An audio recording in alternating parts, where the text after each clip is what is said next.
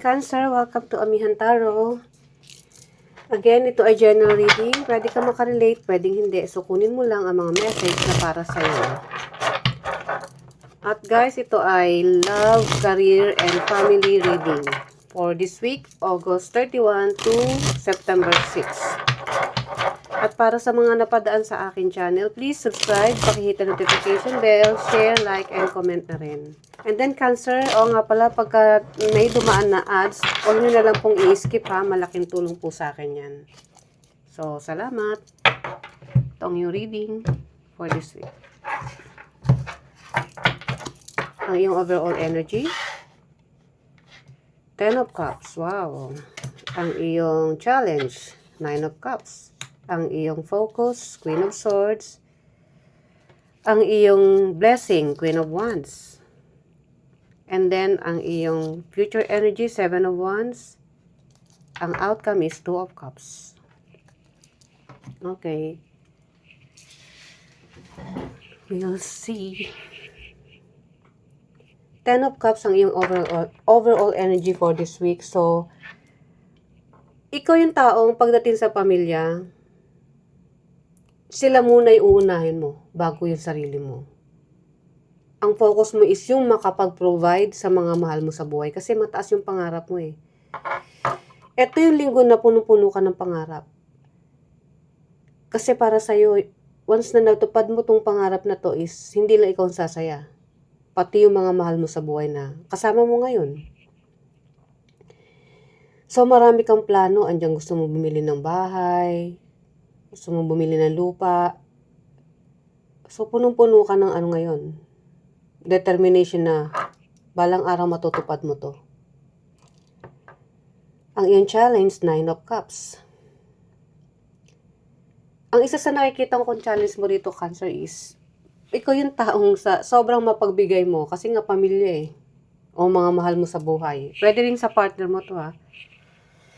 Pag nagkaroon ka, hindi mo iniisip yung para bukas. Mahilig ka magbigay. Pero, hindi mo alam kung paano tipirin. So, this time, ito yung challenge mo.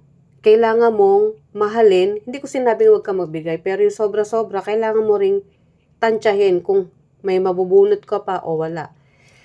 Dahil ang focus mo yung makabili, diba, ng ari-arian mo in the future para sa pamilya mo. Pero hindi mo magagawa yun kung masyado kang galante. Kumbaga, kailangan mong tingnan yung mga gastusin mo.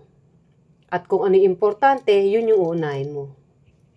Ang focus, Queen of Swords. May mga bagay talaga na iniisip ka eh kung gagawin ko ba to or magdidesisyon kasi ikaw yung taong malambot yung puso mo, pero minsan masyado kang practical. But this time, ang magiging focus mo is unahin mo yung pagiging practical. Kung kinakailangan mong humindi ka. Pag kinakailangan magdesisyon, doon ka lang magdedesisyon. So, hindi ko pa alam kung saan to dahil hindi ko pa nakaklarify. And then, ang iyong blessing, Queen of Wands. Pagdating sa trabaho, ang blessing mo is yung kung paano ka dumiskarte. Sa tingin ko, ikaw yung breadwinner sa pamilya mo. Ikaw lahat yung nagpo-provide. Madiskarte ka eh, sa trabaho, sa negosyo. So, kung ano man yung meron ka, madali mo nakukuha. Dahil maski sa mga communication, pagka may mga deals like project or meron kang kausap na tao, ang lakas mong ang lakas ng charisma mo pagdating sa yung mga yun nga sa trabaho kung paano ka makipag-communicate. Pwede rin sa boss mo kung paano ka dumiskarte sa trabaho, nagugustuhan ka. Kaya tingin ko in the future meron leadership na ibibigay sa'yo kung ano man yan. And then, ang iyong future energy, 7 of Wands. Kailangan mo lang daw protektahan yung sarili mo or depensahan kung may mga challenge sa buhay o na issue na dumarating, huwag mong hahayaan na ma-distract ka kung ano man yan.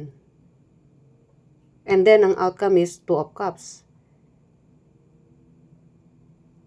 Ito ay coming together ng dalawang tao, pero nakikita ko to is pagtutulungan, pwedeng sa trabaho, or isang tao na nakasuporta sa'yo dito sa gagawin mong to. Kung ano man tong sitwasyon na to. Maaaring sa trabaho, business. So, meron kang kasama. Okay, let's clarify.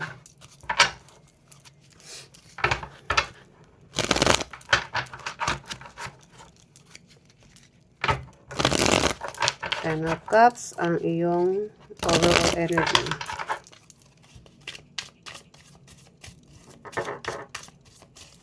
Clarify natin. Knight of Swords, Ten of Swords, and the Lovers.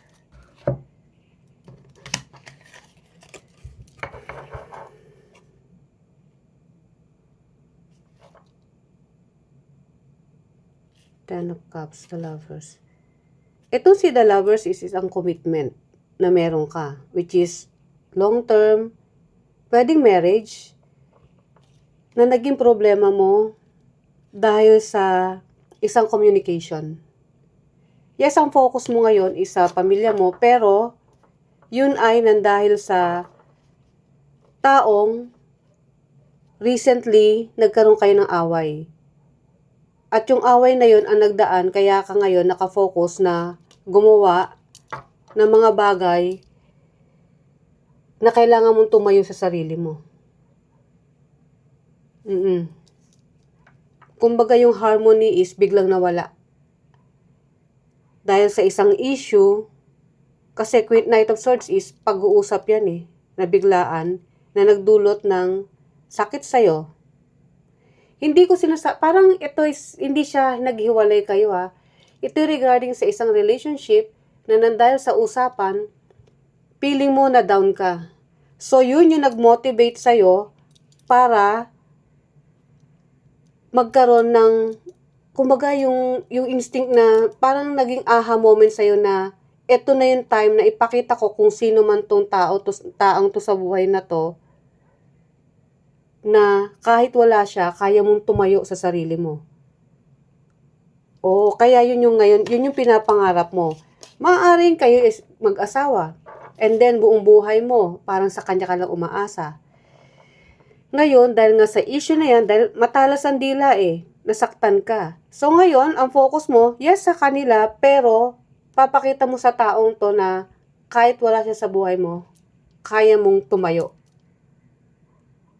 Tumayo para sa sarili mo, at the same time, matulungan. Kung may mga anak kayo, kaya mo rin mag-provide sa kanila. So, papakita mo sa kung sino man tong kadil mo rito, kaya nga sabi ko parang asawa mo o partner mo na, okay kung wala ka, masakit ka magsalita, kaya kong buhayin yung sarili ko. Okay, and then, ang iyon challenge, Nine of Cups. Ang iyong challenge, Queen of Wands, Two of Swords, and the Seven of Wands. See? Oh, okay. Yeah. Ngayon, kahit masakit sa'yo, kasi itong taon to, yung kadil mo na nagkaroon kayo ng sagutan is, ang lagi niya sinusumbat dito sa'yo is kung paano kayo gumastos. Parang inaano niya na hindi ka marunong humawak ng pera. Parang bulagsak ka raw.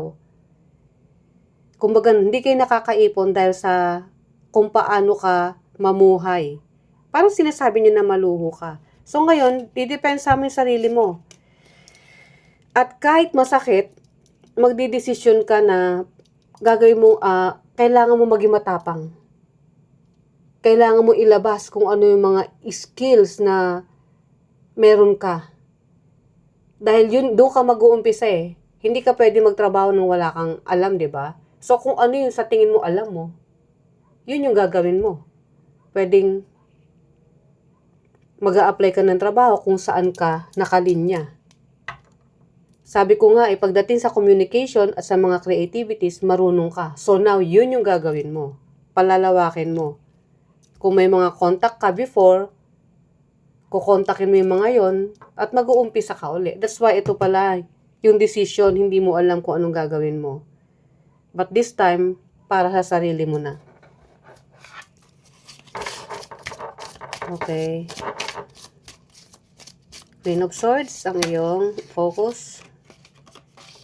So, para lumalabas dito is, parang ikaw yung nasisisi pagdating sa pamamalakad sa gastusin ng pamilya. So, kung ngayon, iniisip ko kanina, ikaw yung breadwinner, hindi. May isang tao sa buhay mo na hindi siya hindi siya yung controlling na tao, pero ang tingin niya sa'yo is ganun nga, hindi ka marunong sa buhay, parang sa kanya ka lang nakaasa, and then nung nagkaroon ng pagkakataon na nagkaroon kayo ng conflict or away dahil sa salita, minasama mo yan. So ngayon, yun yung naging motivation mo para tumayo sa sarili mo pa.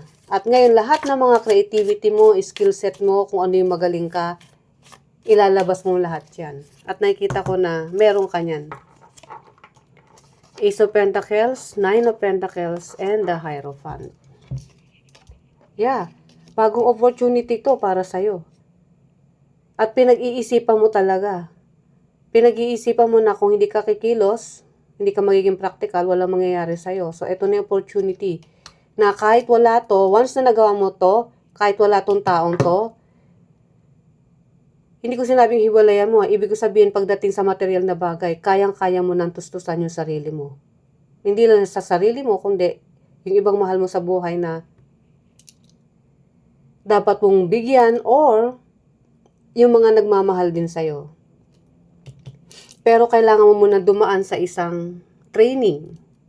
Kasi ang tingin ko dito is medyo matagal ka bago, kumbaga nabakante ka sa trabaho na medyo matagal. So kung kailangan mo mag-training or kumausap ng mga dati mong boss na naging previous mong sa mga previous mong jobs, gagawin mo 'yon. Kasi alam mo na mabibigyan kanila ng tulong pagdating sa opportunity na 'yan. Pwedeng may nagbukas talaga ng opportunity sa'yo dahil may tumawag sa'yo na dati mong boss. And then, Queen of Wands. Ang iyong blessing. King of Wands, Queen of Pentacles, and the Queen of Swords. Yeah, yung pagiging malikhain mo, remember, si Queen of Swords, gagawin mo. At yan ay makakatulong sa'yo. Queen of Wands, King of Wands. Si King of Wands is, pwedeng ito yung boss mo, natutulong sa'yo. At kailangan mo nga lang lakasan ng loob mo dahil kung nasaan ka man ngayon, pwedeng itong trabahong gagawin mo is ibang-iba dun sa dati mong kinalagyan dati. Ibang posisyon sa dating meron ka. Pero magbibigay ito ng stability sa'yo pagdating sa material na bagay. Dahil Queen of Pentacles, pwedeng-pwede ka na mag-provide. Kaya nga sabi ko once na nagawa mo yan, kung sino man tong kadil mo na nagbigay ng sama ng loob sa'yo, hindi niya na kayang gawin yan in the future. Dahil ipapamukha mo sa kanya na hindi ikaw yung taong bulagsak. Ikaw yung taong may pangarap. At kung meron ka, hindi ka madamot. Para sa'yo, hindi mo kailangang isumbat yung mga bagay na meron kayo. Okay, and then, Seven of Wands.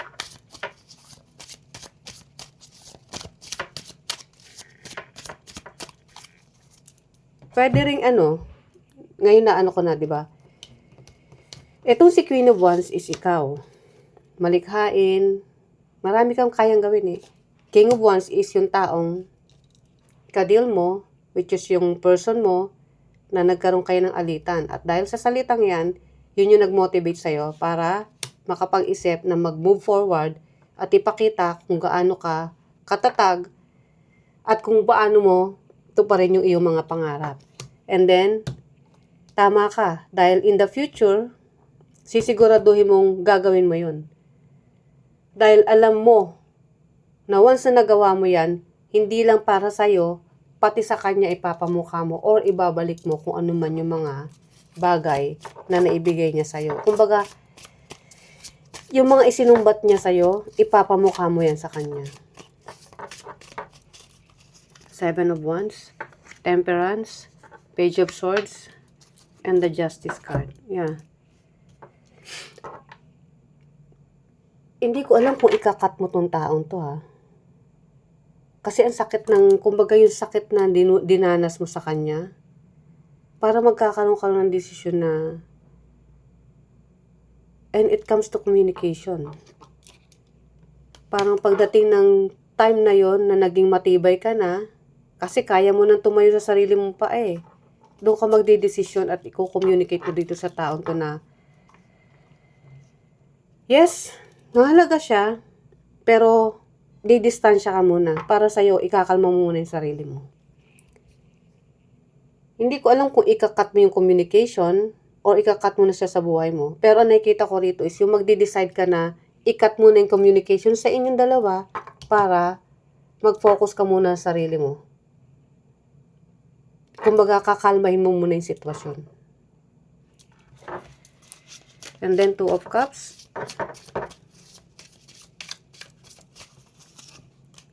Six of Pentacles, 6 of Wands, and the Page of Wands. Wow!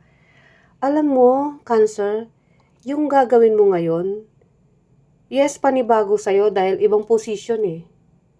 Ibang position to or ibang field. Yes, may opportunity na pumasok or nag-open sa'yo. And then, kailangan mo ng training. At pag nagawa mo yun, kasi magaling ka na dun eh, kung sa anumang field to eh. Let's say, magaling ka sa arts, or magaling ka sa pagluluto, or pagsi-sales talk, sa communication. So, i-enhance mo pa yan. Once na na-enhance mo yan, ando dyan yung magiging, marirecognize ka, na ikaw mismo, marirealize mo na, ayan pala yung trabaho na para sa'yo. Na dati, hindi mo na-feel na gawin, yung pala nung doon ka lang seryoso, ikaw mismo na-recognize mo na, eto pala yung para sa akin. At magkakaroon ka talaga ng ng success pagdating sa pera. Wow. So, ano ang last message para kay Cancer? Etong sinasabi ko na hindi mo na-recognize na magaling ka, is dati mo nang ginagawa, kaya nga sabi ko sa'yo when it comes to communication, maaaring pagdating sa sales, dati hindi mo siniseryoso. Ngayon, ito na yung chance kasi nga para kang na-motivate ka dahil sa isang senaryo na nangyari sa buhay mo na parang dinown ka. Ngayon, nung in-enhance mo yon, di mo alam na doon ka pala magbo-boom. Doon ka pala magkakaroon ng maraming pera or blessings na darating dahil sa mga paghihirapan mo. So, nakikita ko in the future is magbo-boom to kung ano man to.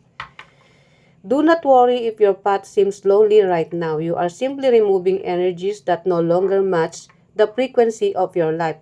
You will soon attract people who truly deserve to walk that path with you. See? Tatanggalin mo yung mga energy na hindi na nagmamatch sa'yo, sa inyong energy. So, kung ngayon malungkot ka man, bago mo puntahan tong journey na to, once na naabot mo yan, doon ka mag-uumpisang ma-feel mo na tama lang pala yung nangyari sa buhay mo dahil yan yung totoong deserve mo. Wow. Okay, Cancer, ito ang iyong reading. I hope nagustuhan mo. See you ulit sa iyong mga susunod pang reading. Bye!